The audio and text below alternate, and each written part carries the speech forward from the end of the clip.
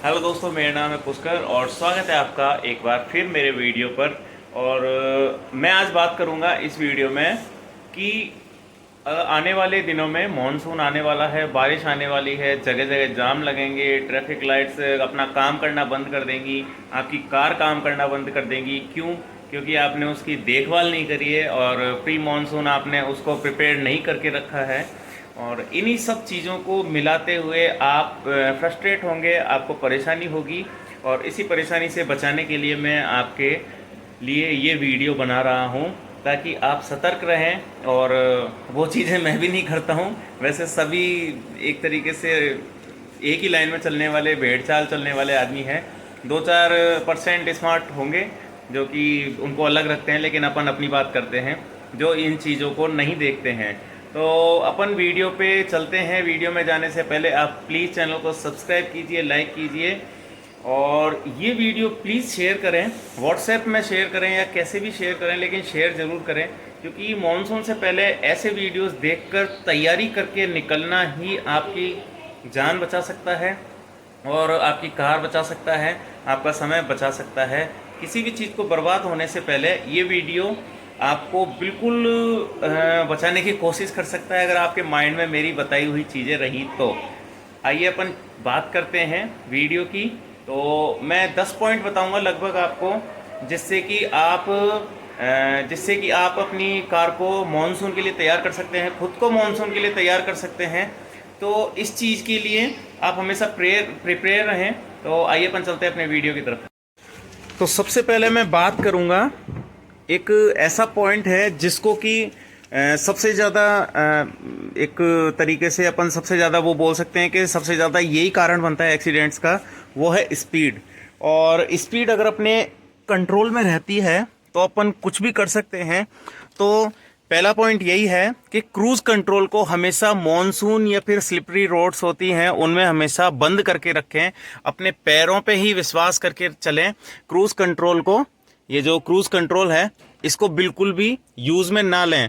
क्योंकि cruise control में अपन एकदम रिलैक्स होके चलते हैं, किसी भी चीज़ पे पैर रहता नहीं है, पीछे पैर रहते हैं और वो लिमिटेड स्पीड पे जो भी आप सिलेक्ट करते हैं, डिसाइड करते हैं, उसी स्पीड पे कार चलती रहती है। और एक साथ ही कोई इम्पैक्ट या फिर कुछ चीज़ आ जाए तो अपन फटाफट अपन रिएक्ट नहीं कर सकते हैं उस चीज़ पर। तो इसलिए आप क्रूज़ कंट्रोल को हमेशा ऑफ रखें और अपने पैरों पे विश्वास करते हुए बिना क्रूज़ के कार चलाएं, ताकि स्पीड ऊपर नीचे होती रहे तो आप हमेशा सेफ रहें। क्रूज़ कंट्रोल में एक निश्चित स्पीड पे चलती रहती है कार, तो इससे बचें।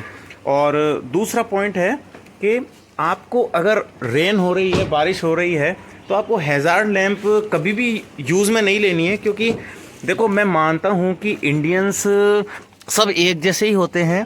तो हैज़ार्ड लैंप वो समझते हैं कि अगर कोहरा है या फिर बारिश हो रही है तो उसमें हैज़ार्ड लैंप ऑन करके चलना ही समझदारी है। देखिए, अब आपके सामने हैज़ार्ड लैंप ऑन है, तो ये देखिए। तो हैज़ार्ड लैंप को यूज़ में ना करें, आप इसके बजाय फॉग लैंप लें यूज़ में।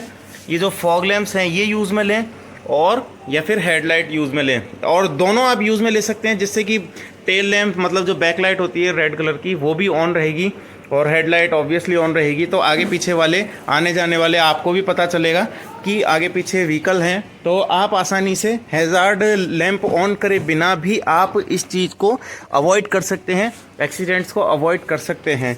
तो हैज़ार्ड लैंप आप बिल्कुल भी यूज़ ना करें।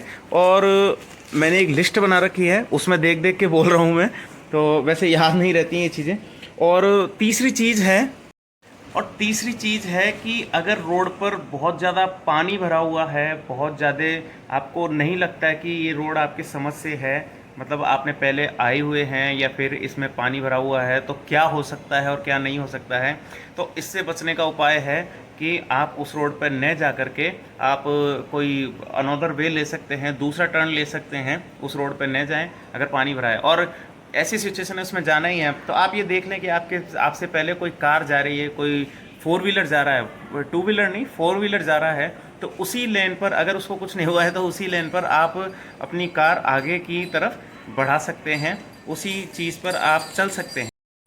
और चौथी चीज़ ये है कि बारिश में सबसे ज़्यादा प्रॉब्लम क्या होती है, बारिश में सबसे ज़्यादा प्रॉब्लम होती है कि पानी भरा हुआ है, पानी आपका लगभग यहाँ तक भरा हुआ है और आप उसमें से कार चला रहे हैं और आप चला रहे हैं धीरे धीरे।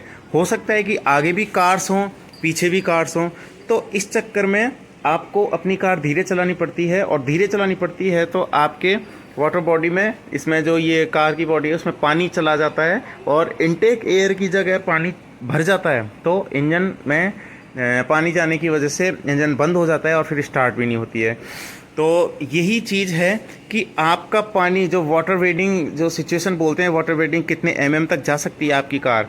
तो आपके पास कार है तो ऑनलाइन सर्च करके आप देख लें और एक तरीके से आप उस स्थिति में जाने से पहले आप अनुमान लगा लें कि जैसे 500 mm है या फिर 300 mm है या 400 mm है, तो उस लेवल को आप चेक कर लें कि मेरी कार इतने mm पर वाटर वेडिंग है, तो उससे ज़्यादा आप नहीं जाएं। तो अंदाज़ा लग ही जाता है वैसे, ऐसे नहीं कि कार में बैठे बैठे आपको अंदाज़ा नहीं लगेगा और आप कार उतर के और आप पानी नापोगे और फिर कार ले जाओगे, ऐसे नहीं। वैसे अंदाज़ा बैठ जाता है क्योंकि आगे भी कार चलती रहती हैं तो उनके टायर कहाँ तक डूबे रहते हैं, तो उस हिसाब से आपको। अब जैसे आप वाटर वेडिंग का अनुमान लगाएं तो आप ये देखेंगे कि जैसे ये टायर की साइज़ 205 mm की है, तो 205 mm आपको लगभग इतना दे देगा लगभग कि 10 इंची के करीब आपको 205 mm हो जाता है। 200 mm आप लगभग 10 इंची मानते हो तो आपकी कार कम से कम 500 mm वाटर वेडिंग तो आती होगी। तो आप आराम से आप आधे टायर मान लो, लगभग आधे टायर होते हैं, वहाँ तक आप वाटर वेडिंग कर सकते हो। और मेरी इको स्पोर्ट की वाटर वेडिंग कैपेसिटी है लगभग 560-600 mm के करीब है, तो मैं आराम से ये लगभग 2.5 फुट के करीब, मतलब कि मैं लगभग यहाँ तक पूरे टायर तक वाटर वेडिंग, मतलब पूरी कार को डुबोते हुए मैं आराम से जा सकता हूँ कार में, पानी में से अपनी कार निकाल सकता हूँ। तो सबसे ज़्यादा ये चीज़ आपको परेशान करती है और इस चीज़ के लिए आप हमेशा तैयार रहें। और तैयार ऐसे रहें कि जैसे आप पानी में से निकल रहे हैं तो रेगुलरली अपनी कार को एक स्पीड दे के रखें और रुकें नहीं, क्योंकि रुकने पर क्या है कि एग्जॉस्ट में पानी भर सकता है, इसलिए उस चीज़ से बचें और आप रेगुलरली चलाते रहें और पार करके सूखे स्थान पर जाके अपनी कार को चेक भी कर सकते हैं। और आपको 5वां पॉइंट मैं बता रहा हूँ कि आप जब भी बारिश में से आते हैं तो अपने ये जो टायर वगैरह हैं, ब्रेक्स वगैरह हैं और नीचे की जो कार अंडर बॉडी है, तो उसको साफ़ पानी से साफ़ कर लें। और अगर ऐसा नहीं होता है तो आप थोड़ा सा ध्यान रखें अपनी कार का, क्योंकि जंग लगने के बहुत ज़्यादा चांसेस होते हैं जहाँ पर हमेशा ह्यूमिडिटी बनी रहती है, मुंबई और कोस्टल एरियाज़ वगैरह में। तो इस चीज़ का बिल्कुल ध्यान रखें।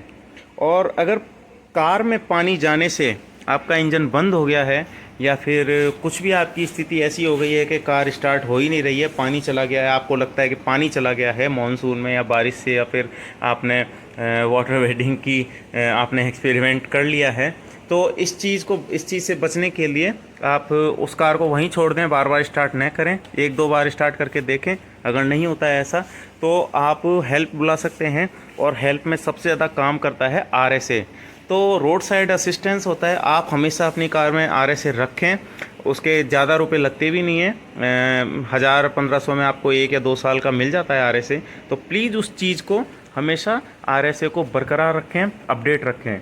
और आपकी है 7वां पॉइंट मैं बता रहा हूँ। 7वां पॉइंट है, आप जब भी कार में चलते हैं, हाईवे पर चलते हैं, तो एक निश्चित जो दूरी बना के रखें दूसरी कार से।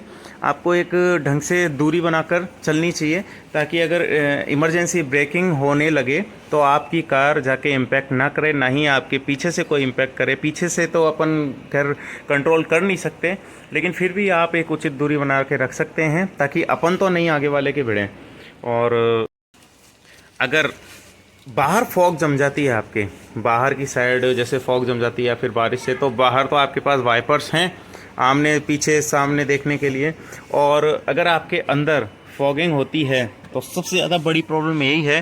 तो इसका बचने का उपाय है अपने पास ये डीफॉगर, जो कि बहुत अच्छे तरीके से काम करते हैं। ये डीफॉगर पीछे और आगे का बिल्कुल क्लियर कर देते हैं। ये देख सकते हैं, डिफॉगर हमेशा ऑन करके रखें। यहाँ से हवा निकलती है आगे वाले के, और पीछे देखिए कांच वाले में, पीछे विंडशील्ड में तांबे के तार हैं, वो गर्म होते हैं और आपकी डिफॉग हो जाती है। और वाइपर हमेशा चेक करते रहें। और आपका 9th पॉइंट है, प्री मानसून सर्विस हमेशा करा के रखें, क्योंकि अगर आप कहीं जाते हैं मॉनसून में, कोई लॉन्ग ट्रिप आप तैयार करते हैं, वहाँ जाना है वहाँ जाना है, तो आप अच्छी तरह से मज़े ले सकें। इसी चीज़ को रेगुलर रखने के लिए, मज़े को रेगुलर रखने के लिए आप प्री मानसून एक छोटी सी सर्विस करा लें।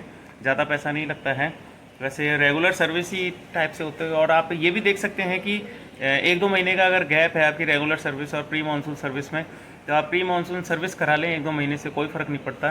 तो उसमें क्या आता है, आप बैटरी का ध्यान रखें और वॉशिंग सिस्टम है उसका ध्यान रखें, और आपको टायर की ट्रेड्स वगैरह देखनी चाहिए, टायर की कंडीशन देखनी चाहिए।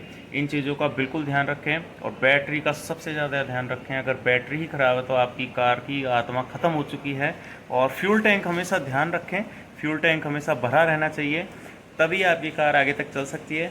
और 10वां पॉइंट ये है कि आप अगर कहीं जाते आते हैं तो जाम की स्थिति में अगर फंस जाते हैं तो अपना फ्यूल टैंक फुल करके रखना ही चाहिए आपको वैसे हमेशा।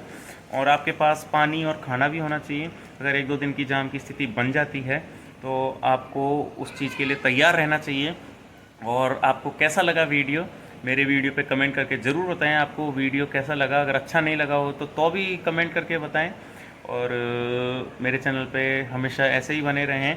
आपका साथ हमेशा मेरा विकास करता रहेगा और आपका भी विकास करता रहेगा, और जो मेरे सब्सक्राइबर नहीं है उनका विकास करता रहेगा। तो ऐसी ही इंफॉर्मेटिव वीडियोज़ के लिए मेरे चैनल पर बने रहिए। सीट बेल्ट हेलमेट का ध्यान रखें, रूल्स फॉलो करें। Thank you.